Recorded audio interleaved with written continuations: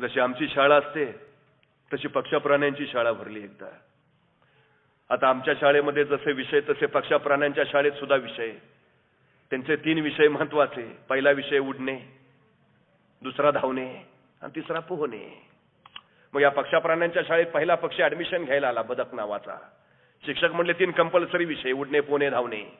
बदक मला पोहू शकतो उत्तम, धावू सराव केला तर जमेल,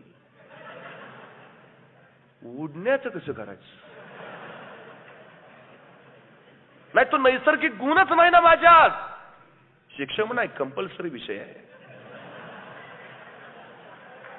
डिग्री हवी असेल तर पास व्हावंच लागेल, पर्याय नाही. आणि आमच्याकडे डमी वगैरे चालत नाही. परीक्षा तुलाच द्यावी लागेल. कळे ना त्याला काय, परत दुनियेची रीत आहे, पद्धत आहे. शाळेत गेलं पाहिजे, त्या विषयाचा अभ्यास केला पाहिजे, डिग्री घेतली पाहिजे तर नोकरी. तर करायचं काय? नाहीये तो मला उडायला, पण पर्याय नाही ना. घेतलं बदकानं ऍडमिशन. शिक्षक म्हटले आम्ही आहे ना, कोचिंग देऊ ना, क्लास लावू, डोंट वरी. मग एका शिक्षकाने सल्ला दिला, हे बघ तुझं पोहणं हा विषय चांगला आहे, जरा बाजूला ठेव. येतच ना, लक्षच देऊ नको त्याच्याकडं. येत काय नाही तुला, धावणे त्याचा सराव कर, उडणे त्याचा प्रॅक्टिस कर. तो विषय सुटणार आहे, बाकीच्या 2कडे जास्त लक्ष दे. बस. ते बदक रात्रंदिवस धावायला लागलं. ते धावून धावून इतकं दमायचं की परत उडणं जमायचंच नाही, ते पडायचंच. वर्षभर त्या पोहण्याचा सरावच नाही अजिबात. मग वर्षानंतर परीक्षा आली, परीक्षेला बसले. धावण्यात कसा बसा काठावर पास झाला. वर्षभर पोहण्याचा सराव नाही. शेवटी शिक्षकाने त्यात वर चढवला आणि उडणे नापास, फेल. कितीतरी अशी बदकं तयार करतो आम्ही, कितीतरी असतील अशी. तुमच्यात जे आहे खरंच तुम्ही करता का? नाही. आम्ही करतो काय? नाही, माझ्या आईला वाटतं काय मी डॉक्टर व्हावं, वडिलांना नाही त्यांना इंजिनियर व्हावं वाटतं, आजोबा म्हणतात तू मिलिटरीत गेला पाहिजेस, शेजारचे काका म्हणतात तुझी चित्रकला चांगली आहे. अरे तुझं काय? नाही ते ठरवतील तसं. कितीतरी बदक आहे तो, कितीतरी. सगळ्या देशाची साहेब अडचण असेल ना, माझ्या पोरांचा नैसर्गिक कलच माझ्या देशात बघितला जात नाही. जपानमध्ये पोरग जन्माला आलं तर 3ऱ्या-4थ्या वर्षी त्याची नैसर्गिक कलाची टेस्ट होते आणि त्याला त्याच क्षेत्रात घातलं जातं. तो स्पोर्ट्स मध्ये उत्तम आहे ना, तू तेवढाच कर. तुला नाही इंग्रजी आलं तरी चालेल, काही बिघडत नाही.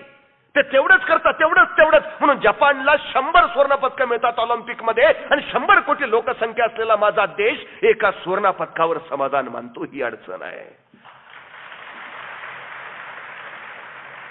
प्रत्येकात गुण दिलाय, तो गुणाचा विकास व्हायला हवा. माझ्या तरुणाईच्यात तो गुण आहे ना, त्याचा विकास नव्हे, तिची ओळखच होत नाही. ही अडचण आहे. एज्युकेशन या शब्दाचा अर्थ काय? एज्युकेशन लॅटिन शब्द आहे, 3 शब्दापासून बनला. एज्युकेरे, एज्युकेर, एज्युकेटम. विद्यार्थ्यांमध्ये सुप्त गुण शोधणं, त्या सुप्त गुणांचं संवर्धन करणं, त्या गुणांना योग्य व्यासपीठ मिळवून देणं, या 3 गोष्टी जिथं घडतात त्याला एज्युकेशन, शिक्षण असं म्हटलं जातं. माझ्या कुठल्या शाळेमध्ये विद्यार्थ्यांमधले सुप्त गुण शोधले जातात तेवढं मला सांगा. त्याच्या गुणांना संवर्धन, व्यासपीठ नाही, काही नाही. ही अडचण आहे सगळ्यात मोठी. जेवढ्या लवकर तुम्हाला कळेल ना, तुम्ही तेवढ्या लवकर मोठे व्हाल. मी सांगतो तुम्हाला, अडकू नका. ह्या तुमच्यात काय आहे जर तुम्हाला कळालं ना, तुम्ही त्याचाच सराव करा आणि तेच पुढे घेऊन जा. आयुष्यात यशस्वी व्हाल. का पोरं आत्महत्या करतात मेडिकल इंजिनिअरिंगला गेलेली? नाही हो, तो पिंड नाही त्याचा, कशाला कोणता त्याला तिथं. सगळ्यात मोठी गोष्ट आहे. काही लोकांना लवकर कळतं आपल्यात कुठला गुन्हा आहे, तिथनं सुरुवात का. सचिन तेंडुलकरला 4थीत कळलं आपण उत्तम फलंदाजी करू शकतो, तिथनं सुरुवात केली. त्यांनी जागतिक कीर्तीचा फलंदाज झाला. सचिन तेंडुलकर 12वीला इंग्रजीत नापास आहे, आणि इंग्रजीच्या 12वीच्या पुस्तकात सचिन तेंडुलकरवर धडा आहे.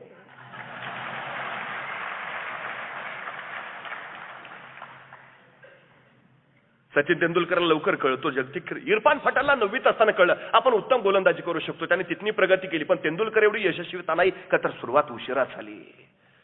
जेवढ्या लवकर सुरुवात कराल तेवढ्या लवकर यशाच्या शिखरावर पोहोचाल. काही लोकांना शाळेत गेल्यावर कळतं आपल्यात कुठला गुण आहे, ते तिथनं धडपड चालू करतात. काही लोकांना महाविद्यालयात गेल्यावर कळतं आपल्यात कुठला गुण आहे, ते तिथनं हालचाल सुरू करतात.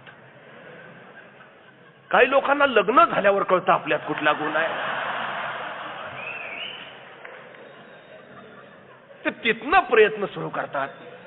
काही लोकांना मुलं झाल्यावर कळतं आपल्यात कुठला गुण आहे. तिथनं हातपाय हलवायला सुरुवात करतात. काही लोकांना वय झाल्यावर कळतं आपल्यात कुठला गुण आहे. ते तिथनं धडपड सुरू करतात. काही लोक चौघांच्या खांद्यावर गेली तरी त्यांना कळत नाही आपल्यात कुठला गुण होता.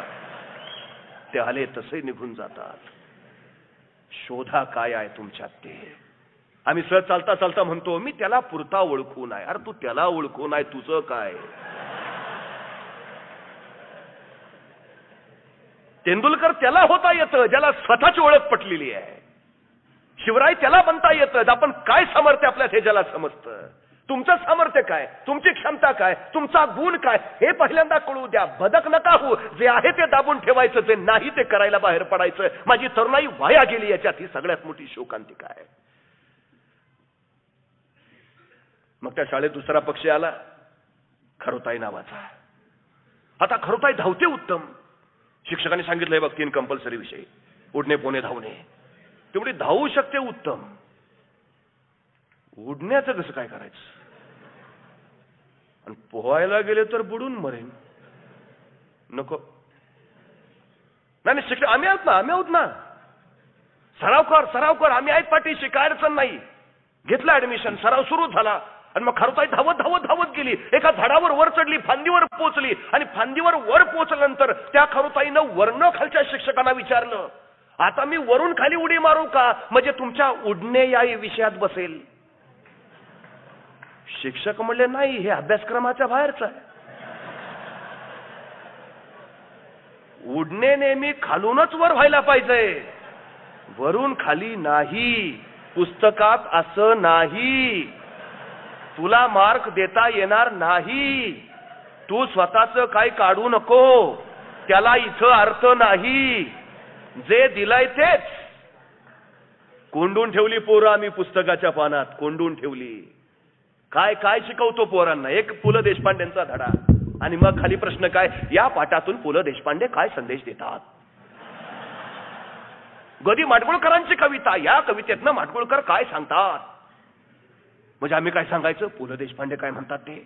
आम्ही काय सांगायचं, माडगुळकर काय म्हणतात ते. तुला काय वाटतं, अभ्यासक्रमाच्या बाहेरच आहे. मला काय वाटतं ते मी सांगायचंच नाही. कसला तरुण ज्याला मोकळं होता येत नाही. आणि मग हे सगळं दाबलेलं ऊर्जा कुठंतरी कट्ट्यावर नाक्यावर बाहेर पडते. क्षमता नाही, विकसितच करत नाही, विचारांना भावच देत नाही. मला वाईट वाटतं बंडसाहेब, किती दिवस माझ्या पोरांनी न्यूटन्स लॉ वाचायचा.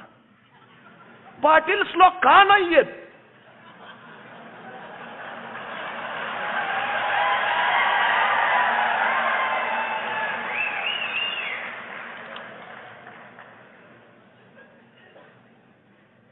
ओहम्स रूल आमची कुठं नावच नाहीत. आम्ही न्यूटन वाचायचा, आम्ही आईन्स्टाईन वाचायचा, आम्ही एडिसन वाचायचा. आमच्यात काही संशोधक जन्माला येत नाहीत. आम्ही यूज देत नाही. तू सांगू नको तुझं. ते न्यूटननं लिहिलंय ना, ते करते ते बस. तू न्यूटन काय सांगतो ती लिही, तुझा रोल बनवू नको. कशी पोरं शास्त्रज्ञ होतील हो माझी. सगळ्यात शोकांतिका आहे आमची. खरोताई बनवून टाकली पोरं आमची. आम्ही दाबून टाकल्या त्यांच्या विचारांना, दाबून टाकलं त्यांच्या क्षमता, दाबून टाकलं त्यांचं संशोधन. आता त्या आयटी पार्क मुळे माझी पोरं मोकळी झाली. कारण आयटी मध्ये प्रोग्रॅमिंग आहे, बुद्धीला चालना देणारं काम आहे. ते देतात, हे आठवड्यात तुला हे टार्गेट प्रोग्राम तयार कर. ते पोरगं बेभानपणे प्रोग्राम तयार करतं. माझी देशाची पिढी सगळ्यात बुद्धिमान आहे म्हणून अमेरिकेच्या सिलिकॉन व्हॅलीमध्ये इंडियन्स आहेत फक्त. का तर आत्ता चालना मिळाली त्याच्या बुद्धीला. नाही इथं नाही, जिथं मिळाली तिथं त्यांनी दाखवलं. नका दाबून ठेवू, अजिबात नका ठेवू. मग तिसरा एक पक्षी आला शाळेत, पोपट नावाचा. त्याला सांगितलं 3 कंपल्सरी विषय, उडणे, पोहणे, धावणे. पोपट म्हटला उडू शकतो आपण, मग त्यात पास. धावण्याचा सराव केला तर तेही जमेल. पोहण्याचं काय करायचं. शिक्षक म्हटले बाबा कंपल्सरी विषय आहे, पास तर व्हावंच लागेल. आणि परत प्रॅक्टिकलची एक्झाम आहेच ती.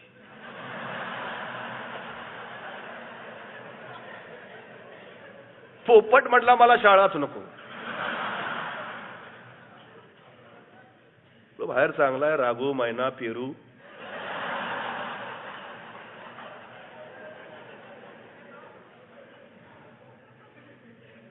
ते निघाला ना शाळा सोडून. नको, शाळाच नको आपल्याला. शिक्षक म्हणल्यावर धरा त्याला.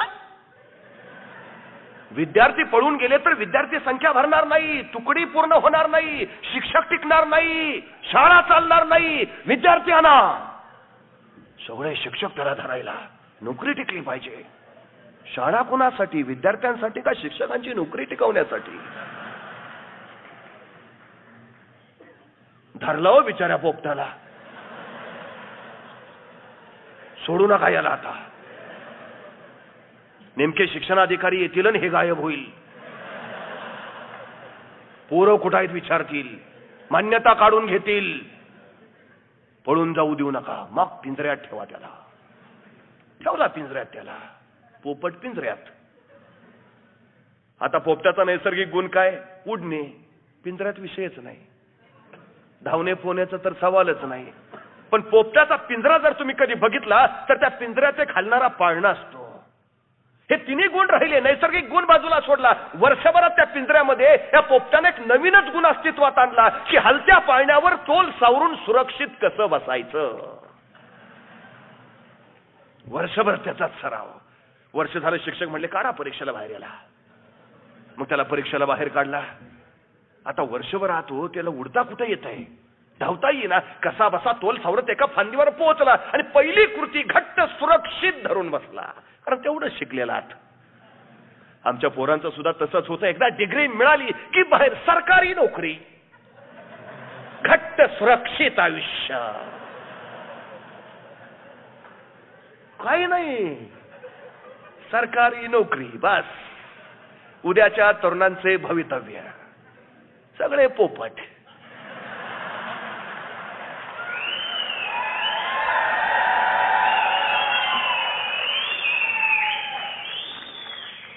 धाडस करणे नाही, साहस करणे नाही, नव्या वाटा चोखाळणे नाही, नव्या वाटा निर्माण करणे नाही, रोळलेल्या वाटेवरनं चालत राहणे. सुरक्षित आयुष्य. एकदा चिकटलो की पेन्शनची सोय झाली. ओके.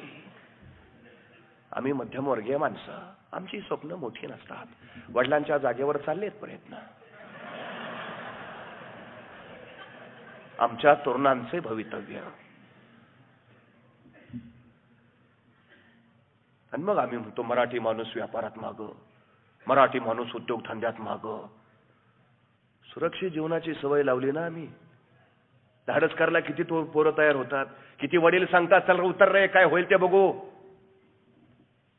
नाही हो, पोपट केले आम्ही. सुरक्षित राहा बाबा, सांभाळून राहा बाबा, पिंजऱ्यातच जग बाबा. बोलताना सुद्धा एखाद्याला विचारतो सध्या काय चालतो का? नाही, सध्या धंद्यात पडलोय. बोलताना सुद्धा धंद्यात पडलोय. तो धंद्यात असा पडतो की पुन्हा उठून उभाच राहत नाही. किती सकारात्मक दृष्टिकोन आहे आमचा. आणि आम्ही ज्ञान घेतो, आम्ही शिक्षण घेतो, किती त्याचा वापर करतो पुढच्या आयुष्यात. एखाद्याला विचारतो शिकलाय ना 12वीत, ते परीक्षेपुरतं.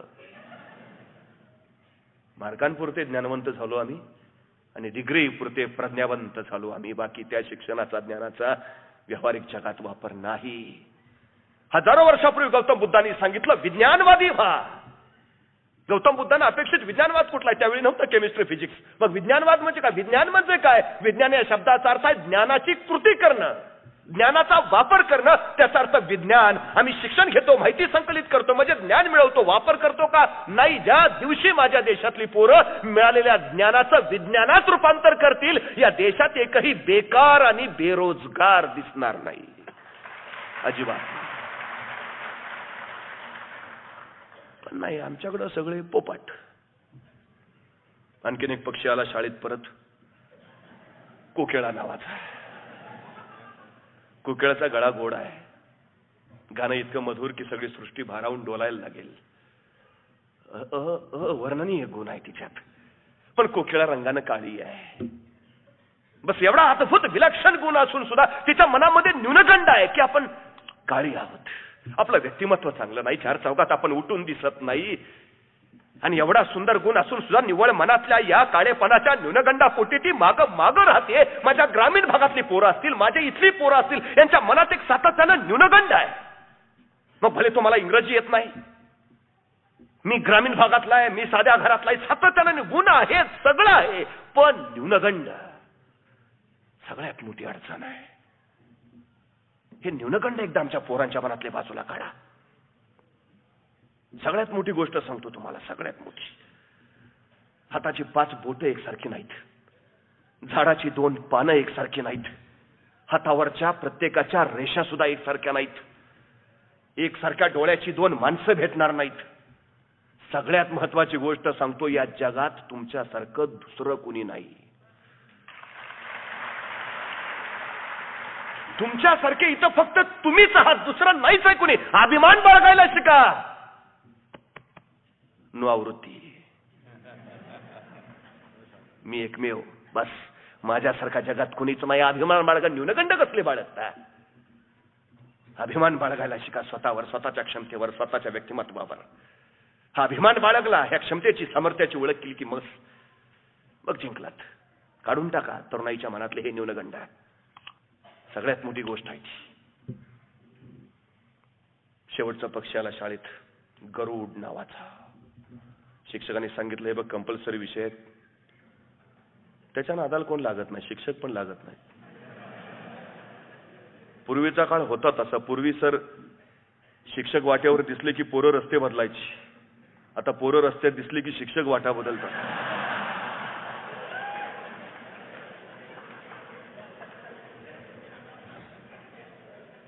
बदल शिक्षकात झाला का बदल पोरात झाला हा संशोधनाचा विषय आहे, पण घडतं हे असं, ही सगळ्यात मोठी वस्तुस्थिती आहे. सांगितलं त्याला 3 कंपल्सरी विषय, उडणे, पोहणे, धावणे. गरुड म्हणाला, उडण्यात आपला हात कुणी धरू शकत नाही, धावायला मी जमिनीवर यायची गरज काय? आभाळात भरारा मारतो मी, खाली आणता मला तुम्ही कशासाठी? नको, विषय काढून टाका. अरे म्हटलं कंपल्सरी आहे, जमत असलं सांगा. बरं ठीक आहे, पोहणे. पागल आहे का?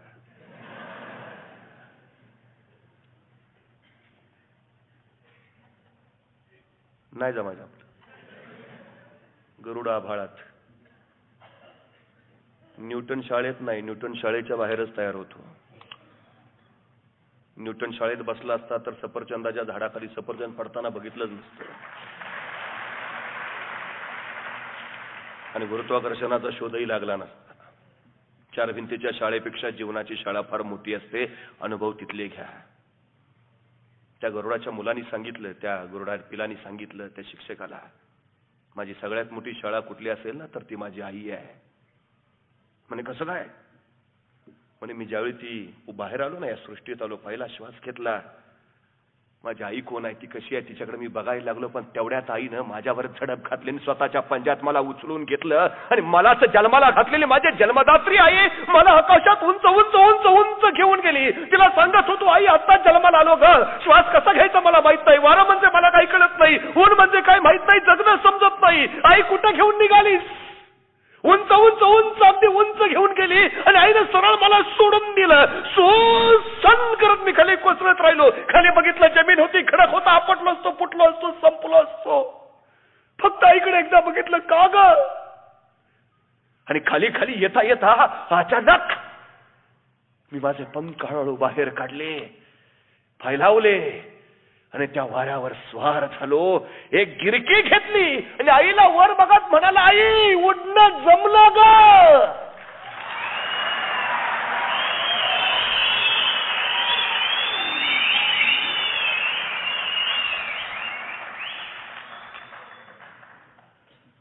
तरुणाईला हात धरून शिकवू नका, मोकळं सोडून शिकवू द्या त्याला.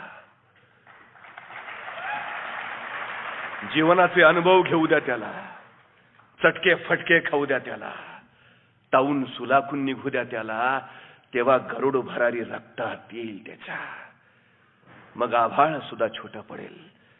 सगळ्यात महत्वाची गोष्ट आहे ती सगळ्यात महत्वाची.